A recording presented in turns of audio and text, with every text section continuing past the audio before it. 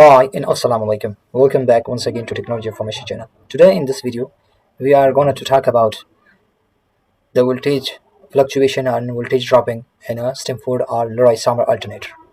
These alternator is most widely using in a Caterpillar Cummins Perkins generators and almost in every country in the world.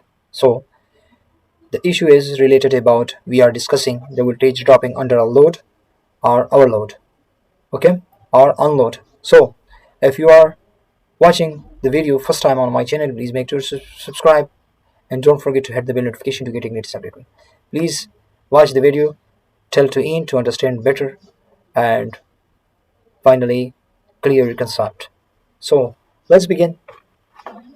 This issue is related to type. One is about the engine and one is alternator. When your engine is weak, governor mechanism system is not properly work, or engine is poor or weak combustion system. This can be causes the your engine frequency RPM dropping. When your engine speed or RPM is dropping, that's directly proportional to the frequency, and alternators need a stable frequency 1800 or 1500.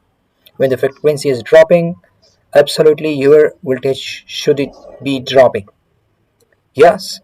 After that, when your engine is completely okay, normal, not any issue in the engine, frequency is stable, and still when you put a load on your generator and generator dropping the frequency, this can problem lead to your alternator. How to fix it? We are talking about in this video how to fix that problem. First of all, make sure clear and confirm your engine is okay. No any problem related to the poor weak engine or poor mechanical system of the governor. Make sure your engine is completely okay. Then come to the alternator. When you put the load on your generator and your generator fluctuate, the voltages are dropping the voltages on load. First of all, look for the AVR. As you can see, this is the block diagram. Look for the AVR. This problem mostly coming from the AVR because the AVR is doing job for to keep regulate and stable the voltages, output voltages of your generators. How to test and check the AVR? First of all, if you have new AVR, please remove this old one and install the same model in your generator and check it. This is very easy and to save the time. If you not have AVR, first of all you need to I want to verify this AVR are working or not, and then if this AVR is faulty I will be replace that. How to check this AVR?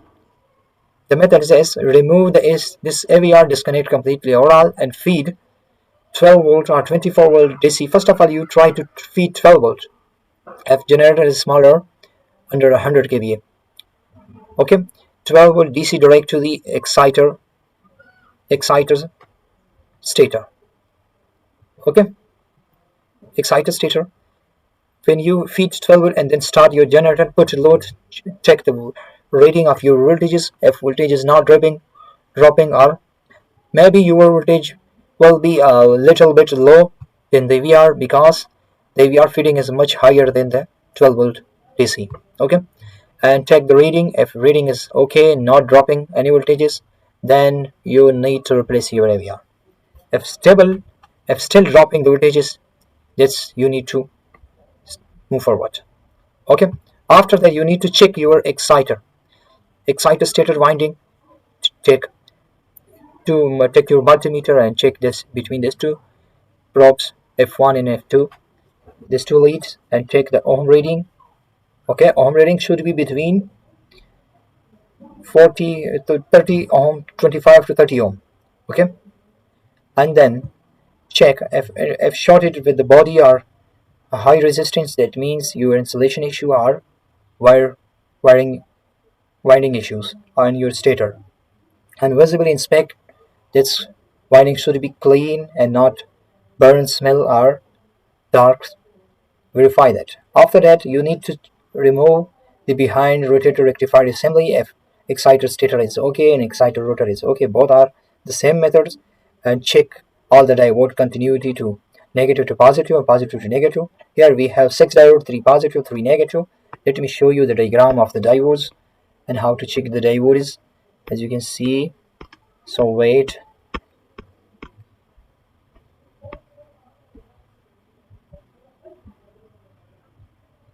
As you can see, this is our diodes.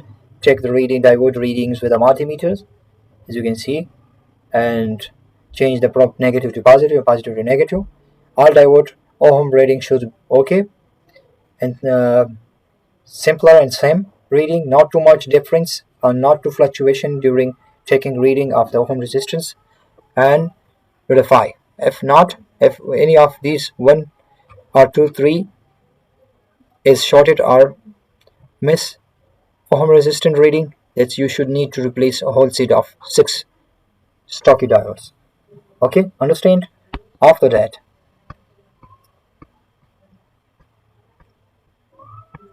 let me show you the diagram of the exciter stator and exciter rotor reading.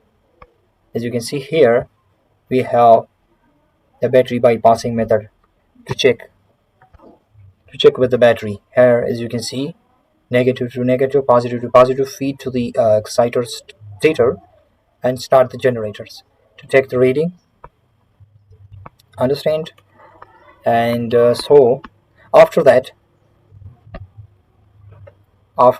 you need to check the, let me open the diagram back. Okay, after that you need to check the main router. Disconnect all the diode connection from the rotating rectifier assembly and take the reading of the main routers. Okay, main router reading should be 60 to 70 ohm between two, and also check the body test of the main routers. Make sure not body ground shorted to the body. Understand?